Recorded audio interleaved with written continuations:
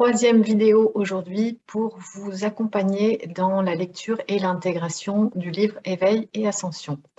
Alors, dans les deux premières vidéos, je vous ai parlé de notre énergie vitale et ensuite, je vous ai parlé de nos émotions et de tout ce qui venait en fait entraver la libre circulation de cette énergie vitale qui est source de vitalité, comme son nom l'indique, mais aussi d'abondance, d'épanouissement, de joie, d'enthousiasme.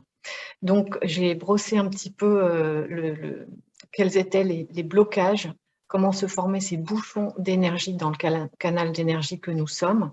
Et aujourd'hui, je voudrais vous parler de ce que deviennent ces émotions et comment on peut se libérer de ces charges émotionnelles. Donc, je fais référence cette fois au chapitre 4 du livre.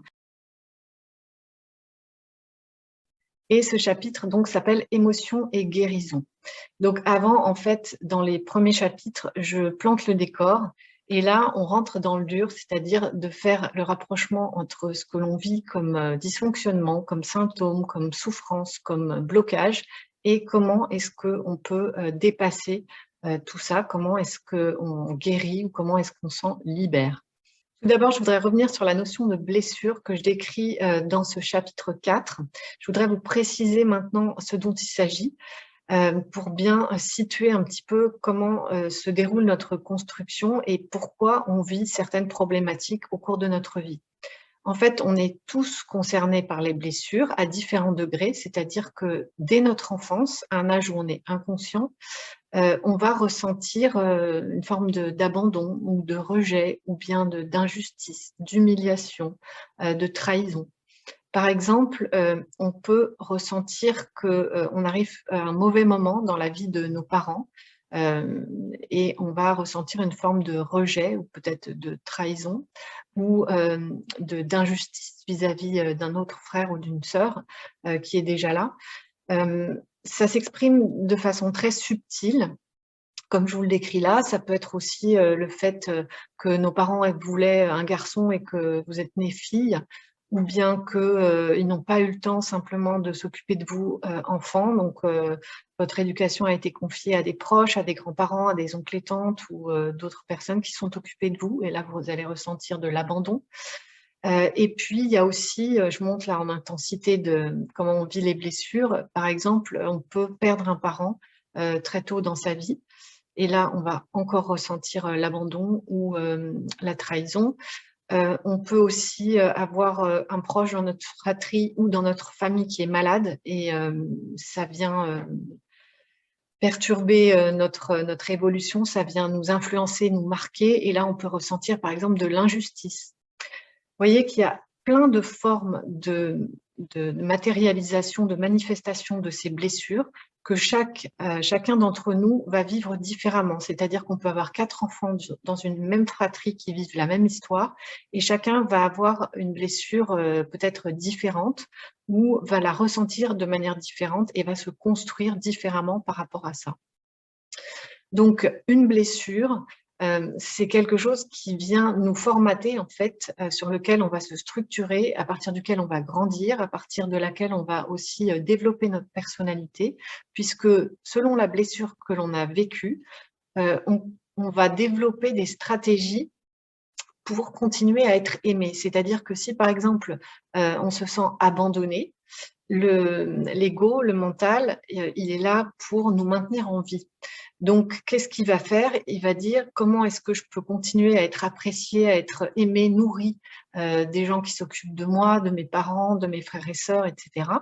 Eh bien, je vais jouer des rôles. Je vais être le premier de la classe, je vais être le gentil, je vais être celui qui amuse la galerie, celui qui est drôle, je vais être très bon dans une discipline particulière, en sport, en art ou je ne sais quoi. Enfin bref, je vais me démarquer.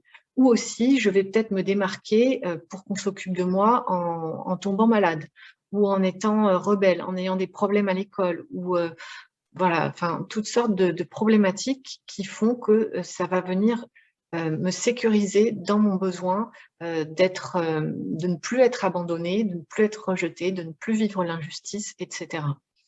Donc, en fait, on voit qu'on se construit à partir de certaines formes de souffrances, hein, qu'on vit tous à différents degrés, et que ces souffrances, elles vont nous permettre de nous façonner, de nous construire notre personnalité, c'est-à-dire l'interface qui va nous permettre d'agir, d'interagir avec les autres et qui va former notre caractère. Et à l'intérieur de ça, on a des faiblesses, mais aussi des qualités que je décris. Il y a un tableau dans ce chapitre 4 où vous pourrez retrouver tout ce que ça nous amène comme force et comme faiblesse. Et le point commun entre toutes ces blessures, en fait, c'est que comme on est dans une situation de vulnérabilité au moment où on vit ces blessures, on va se déconnecter de notre vraie nature. C'est-à-dire qu'un enfant, au départ, il n'a aucune limite parce que, pratiquement aucune limite, en tout cas dans l'image qu'il a de lui-même, parce qu'il vit dans le présent, il est spontané, il est authentique. Et puis, plus il va interagir, grandir, plus on va lui dire « ne fais pas ceci, fais cela, dis merci, dis bonjour, ne fais pas ci ou ne fais pas ça parce que ça ne me convient pas, je ne veux pas que tu sois comme ça, ou au contraire, je veux que tu sois le meilleur ». Donc, toutes ces injonctions que l'on va recevoir, en fait, elles nous disent « tu n'es pas bien, tu n'es pas OK tel que tu es ». Il te manque quelque chose et à partir de là, en fait, on va se dissocier de notre spontanéité, de cette authenticité que l'on est enfant. Et on va apprendre à ne plus être nous-mêmes, à ne plus être authentique. C'est pour ça qu'aujourd'hui, on entend beaucoup parler de comment être soi-même, juste être, etc. Parce que dans notre construction, on met en place ces stratégies, on met en place ces rôles, ces masques qui viennent nous donner l'impression de pouvoir être en sécurité, mais qui en fait nous éloignent de nous-mêmes, qui nous empêchent de nous aimer tel que l'on est. Qui nous empêche, comme on n'apprend pas dans notre enfance à nous accepter tel que l'on est, puisqu'on entend toute la journée qu'on ne fait pas ce qu'il faut et qu'on n'est pas comme nos parents voudraient qu'on soit ou comme la maîtresse d'école voudrait qu'on soit, on apprend que ce n'est pas OK de s'aimer tel que l'on est. Et à partir de là, naissent toutes nos problématiques, en fait. Mais ce qu'il faut retenir, c'est qu'à l'intérieur de ça, il n'y a pas que des points négatifs, puisque ça va nous amener énormément de choses positives dans notre construction, dans notre caractère et dans notre personnalité. Alors, donc ces blessures, comme elles ont lieu à un âge où on n'est pas du tout conscient, hein, c'est avant l'âge de 7 ans, ça génère à la fois des croyances limitantes et des émotions. Des émotions qui vont être lourdes, et comme je vous disais dans les vidéos précédentes, les émotions qui sont lourdes, elles nous empêchent d'avancer, elles nous empêchent d'être le carburant qu'elles devraient être, et elles nous empêchent de trouver la motivation, l'énergie, l'enthousiasme pour concrétiser ce que l'on visualise, ce dont on a envie, ce qui nous tient à cœur. Donc, d'abord, qu'est-ce qu'une croyance limitante ? Une croyance limitante, par exemple, si dans mon cœur, j'ai très envie d'explorer le monde et de faire un tour du monde, mais que je crois, parce que j'ai appris enfant que voyager, mes parents, mes oncles et tantes m'ont raconté qu'ils avaient eu des problèmes en faisant un voyage. Si je pense que voyager, c'est dangereux, qu'il peut m'arriver des problèmes, je ne vais pas arriver à organiser ce tour du monde et à pouvoir faire ce tour du monde. Ou alors je vais avoir beaucoup de difficultés selon la façon dont j'ai enregistré toutes ces informations, ces influences que j'ai reçues de mon entourage. Donc, quand on est petit, on ressent des blessures. Les blessures, elles donnent naissance à tout un tas de croyances qui sont limitantes, qui très souvent sont erronées, et qui viennent nous empêcher d'agir parce qu'elles instillent en nous, elles installent en nous la peur. Et donc, tant qu'on n'a pas vérifié par nous-mêmes ces croyances, eh bien, elles nous limitent et elles nous empêchent de réaliser ce qui nous correspond et ce qui nous fait vraiment vibrer. Et en même temps, ces blessures, elles viennent nous donner des émotions qui sont plutôt de l'ordre de la peur, de la colère ou de la tristesse. Et que dans l'enfance, on va éviter d'exprimer parce que là aussi, en général, notre entourage n'aime pas nous voir en colère, ils n'aiment pas entendre des cris, ils n'aiment pas nous voir dans la peur, ils n'aiment pas nous voir pleurer, donc on nous dit de changer d'attitude et de comportement. Donc, qu'est-ce qu'on fait enfant? On comprend que ce qui est douloureux, ce qui est souffrant en termes d'émotions, on va le garder en soi.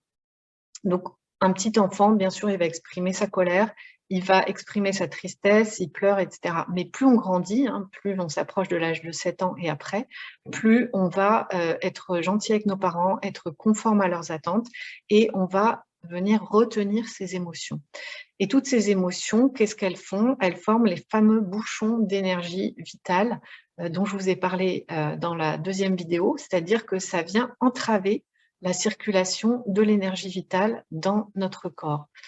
Et plus on a de charge émotionnelle en nous, moins l'énergie vitale fonctionne et plus dans le temps, on va finir par rencontrer des problèmes de vitalité, d'énergie, des symptômes, voire des maladies, des pathologies qui se cristallisent de cette manière-là dans notre corps.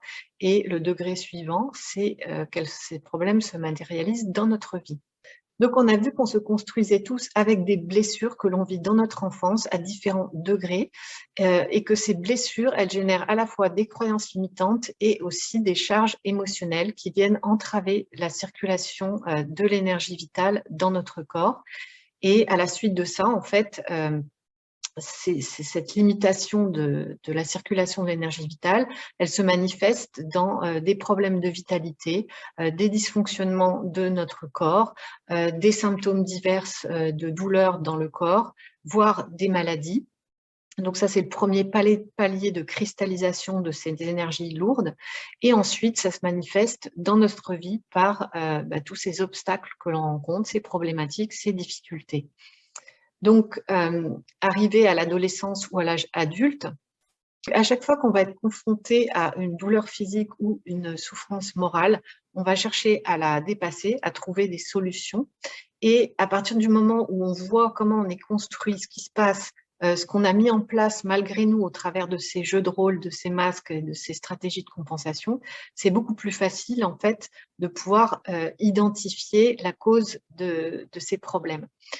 Et alors, je voudrais aussi lever une illusion qui est que lorsqu'on consulte quelqu'un, que ce soit un thérapeute, un médecin ou autre, par rapport à une douleur physique ou une souffrance morale, très souvent, on pense, beaucoup de gens croient que une consultation et ça y est, le problème va être réglé.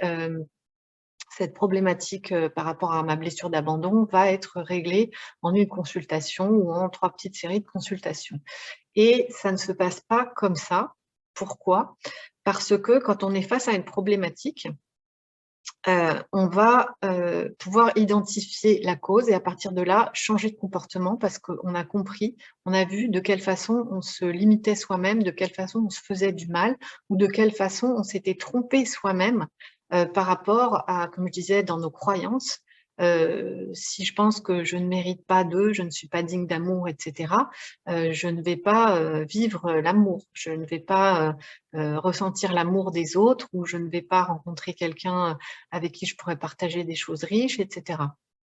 Donc, on voit qu'on a besoin de vivre certaines limitations pour pouvoir en identifier la cause et s'en libérer. C'est-à-dire qu'à partir du moment où j'ai compris ça, eh bien, je peux m'autoriser à changer de comportement et à fonctionner autrement et à pouvoir être moi-même, à me montrer dans ma vulnérabilité, avec mes faiblesses, à m'accepter telle que je suis, par exemple.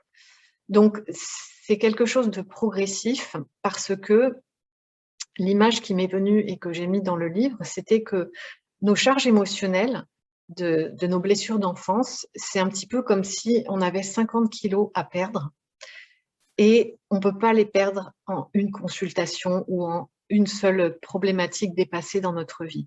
Pourquoi? Parce que ce serait dangereux physiquement, physiologiquement, ce ne serait pas possible, tout simplement, au-delà d'être dangereux, ce ne serait pas possible de les perdre en une nuit ou en une journée.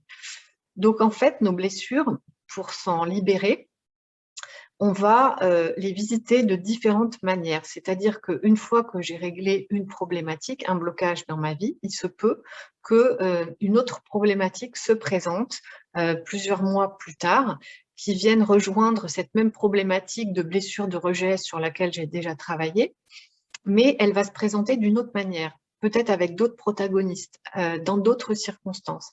Ce qui va m'amener à la voir autrement et à pouvoir aller plus en profondeur là-dedans pour me dégager, me libérer de ces émotions lourdes de manière progressive, comme si j'allais perdre ces 50 kilos par palier, par étape. Donc, c'est important d'envisager, quand je parle de guérison, la guérison de cette manière-là, parce qu'il n'y a pas de miracle dans ce domaine. Notre vie, elle est prévue pour ça, c'est le cheminement que l'on connaît tous, et c'est le chemin d'une vie de pouvoir apprendre à se connaître au travers de ces différents paliers de guérison et arriver à une forme de liberté qui correspond à pouvoir finalement juste être soi-même, s'aimer tel que l'on est, s'accepter totalement comme on est, pouvoir exprimer ce que l'on ressent, c'est-à-dire ne pas garder en soi ses émotions, mais pouvoir se positionner, dire ce que l'on ressent, sans honte, sans culpabilité, sans se freiner, sans se limiter. Et donc, ça prend du temps et il y a une autre image aussi qui est souvent, très souvent employée dans le vocabulaire développement personnel ou spirituel, c'est l'image de l'oignon dont on va venir enlever les couches une par une pour arriver jusqu'au cœur. Bah, c'est exactement ce que je viens de vous décrire, c'est-à-dire que ça demande du temps, ça demande des expériences qui se renouvellent dans les différents domaines de notre vie, que ce soit dans notre activité, que ce soit dans nos relations amicales ou avec notre compagnon, compagne de vie, etc., etc. Donc, c'est tout à fait normal de retomber sur les mêmes problématiques. Et je dis aussi que finalement, on ne s'en libère jamais totalement. C'est-à-dire que plus on avance, là je vous parle de mon expérience, la blessure de rejet, je travaille dessus depuis 20 ans. Mais à chaque fois, j'avance et c'est comme si je la neutralisais petit à petit de plus en plus. C'est-à-dire que je sais les faiblesses, les travers, les failles que ça m'amène, mais je connais aussi les qualités. Donc, je ne les ignore pas. C'est plus quelque chose de flou ou d'inconscient. C'est-à-dire que quand une problématique se présente, je la vois et je vois dans quel travers je suis tombée. Donc, à partir de là, je ne vais pas m'enliser ni m'embourber dans ce truc-là. Je vais pouvoir prendre du recul et rectifier mon comportement, mes croyances, libérer ce qu'il y a à libérer au niveau émotionnel. Et donc, il y a aussi un autre phénomène qui se passe, c'est que comme j'apprends à me connaître et que je connais les qualités qui correspondent à la blessure du rejet, concrètement, j'en fais quelque chose de positif par rapport à mon activité de thérapeute, par exemple, puisque la blessure de rejet, elle amène l'empathie, la compassion, l'écoute, l'acceptation, c'est-à-dire l'acceptation des autres tels qu'ils sont, la capacité oui, d'empathie, de compréhension profonde, de compassion. Donc, c'est quelque chose que j'utilise dans mon activité au quotidien.